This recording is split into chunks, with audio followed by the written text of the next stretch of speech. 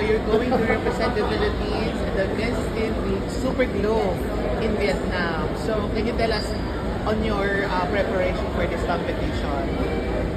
On our preparations po, we mainly focus talaga sa pasarela ko and my dance routine. Pero I think we are mentally, I am mentally and physically prepared. How old are you now? 14 po. 14. And of course, you won international pageant in Malaysia last year, right? So, ano yung nag-motivate sa'yo to join international pageant again? Of course, my family po talaga. Not everyone gets to have the kind of opportunity to represent our country on the international stage. Pero with my family support, nakayanan naman. Can you tell us about this pageant naman? Can you tell us more about this pageant? May ano bang advocacy nito? Ilang team maglalaban? I'm not sure po kung ilan po kami, pero I think we are 50 and counting. And I think sorry I'm not sure po talaga, pero the core values of the pageant po is to Ayan. So, saan gaganapin sa Vietnam? Saan sa Vietnam? Ganang Vietnam. Wow, ganun. Alright. Last month, actually we only had less than a month of preparations. So we focused po sa pasarela ko and my dance routine. And then, just Saturday po, dun lang po kami nag-final dress rehearsal. So, very in the crown po talaga. Pero, we came prepared. So ano-ano yung mga activities na gagawin nyo or nakaline up? We have an exhibition day po. Exhibition. I-showcase po namin doon yung different cultures po ng different countries. And we also have may mga tour po para sa mga candidates po. So, makakapag-explore po kami ng Vietnam. So you're dun sa competition sa Vietnam. Ano yung nililook forward mo na sa competition na yun sa Vietnam? And this year po, I just really want to enjoy the moment po. I gave my all naman po sa efforts ko po and sa preparations ko po. So, ito naman po, aside from giving my best in every segment, enjoy ko na lang po talaga yung moment and make the most of it. Can you tell, ayun, so can you tell us, ano lang, hint lang or parang clue sa concept ng national costume? Yung national costume ko po this year, parang nakikita niyo po siya sa lahat. And very important po siya sa culture natin Philippines. And of course, designed by Jan Lee, My national the director. national director. 50? 1-5? 5-0. Pero, Ah, pero dami. sa Miss Teen, kasi you're under your category, ilang kayong maglalaban? 5-0. Kasi Mr. Mr. and Two team, Philippines. So, Philippines po ako. hi ko lang. So, as Miss Teen. Yes.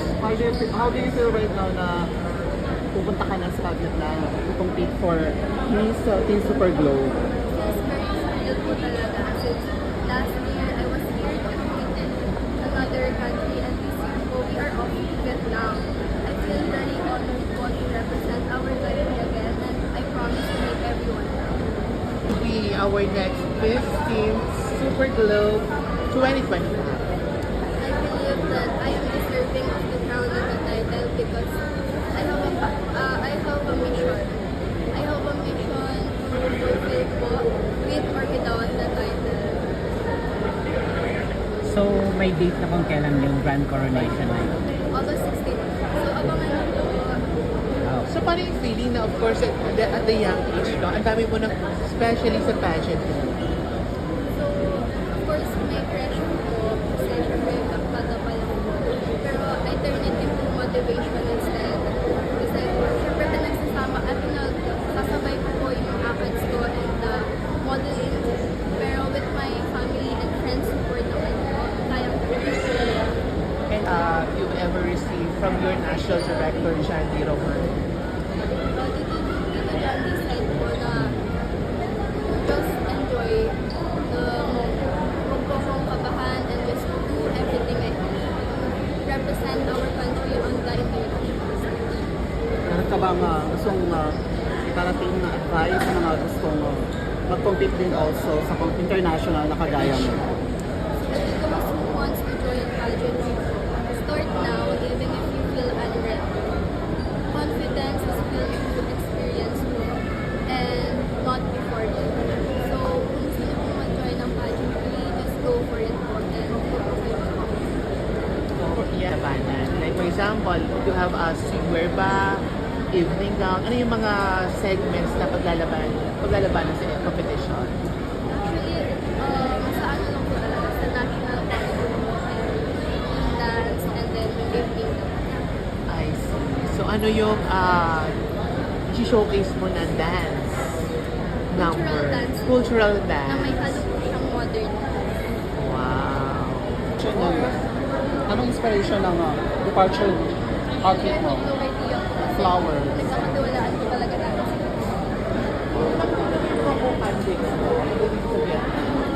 Yung post ko, may mga post ko yung gadget sa social media. Pero sa personal ko, wala pa. Tingin mo yun medyo matindi ng mga It's very hard to tell po kasi we are all unique naman doing our own different things. Pero what sets me apart is my passion in modeling. Yeah. And I have gifts to give sa mga candidates ko. We have the wallets and our traditional You have competed internationally na. So what have you learned from competing sa international and how will you use it by this time na you are a candidate of Miss Team Super Globe? So from my previous competition po, I have learned the importance of socializing and engaging with the other candidates. And this year and now, I plan to do the same. What's your favorite wedding queen? Of course, that will Dahil dyan, sample naman ng pasarela. Yung mga kasama mo sa Vietnam. we are only four po. Ako si Mommy and Tito Johnny and of course my beautiful hair and makeup artist. Any message to your mom na super support sa yung pageant during So, Mommy, I may not be very vocal sa'yo, pero I am super grateful sa support mo since day one. And I really want to make you proud. Sobrang ganda ng makeup. Who did your makeup? The one and only Eric De Rosario. Ay, bongga. Every, pwede ka ba namin interview sa Ed? Ano ba yung mga aabangan namin, of course, sa like Miss Teen Philippines, Super Globe? Ano yung mga aabangan namin pasabog na pasasabugin nyo sa Vietnam? And syempre, of course, the makeup, yung mga looks na gagawin po namin, especially the natkos.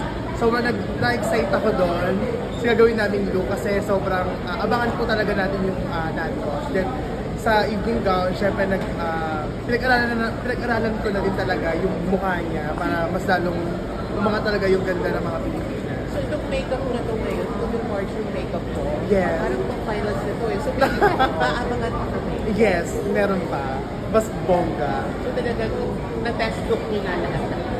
Yeah. Actually, parang almost 1 week. Any message to your anak? Siyempre anak, galingan mo ha. Siyempre, Philippines, for the proud, yes. Thank you, Eric. Ano mga pinaghandaan nyo for this time, for international pageant sa Vietnam? Ayan. Actually, ano to eh, parang mabilisan lang po, 1 month preparation. So, masasabi ko lang anak, walang masabi. Papatay ako natin-dance, pinapabisan. What made you decide po, ma'am, na sumali ulit si daughter for the international competition? Gusto niya rin po kasi, kaya support lang as a mother.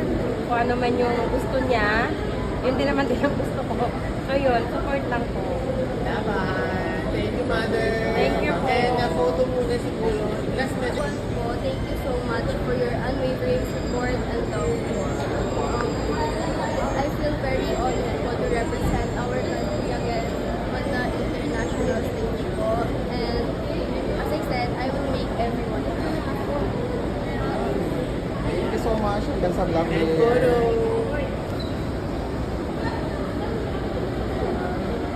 Aura. Sige, pa-aura na sa akin. Sige na. Sorry po.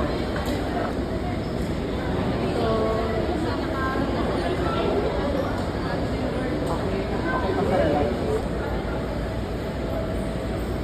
Go, one. Ito edit naman namin to. Saka may music to. Pang reels. Oh, that's it. Laban. Oh. Flying kiss. Flying kiss. Sa lahat ng camera. Camera. Perfect. Laban. Perfect.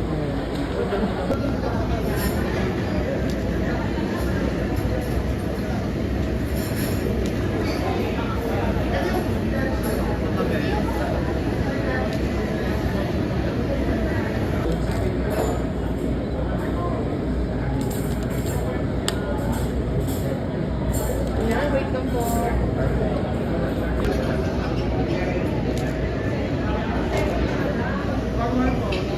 Pwede ba dito?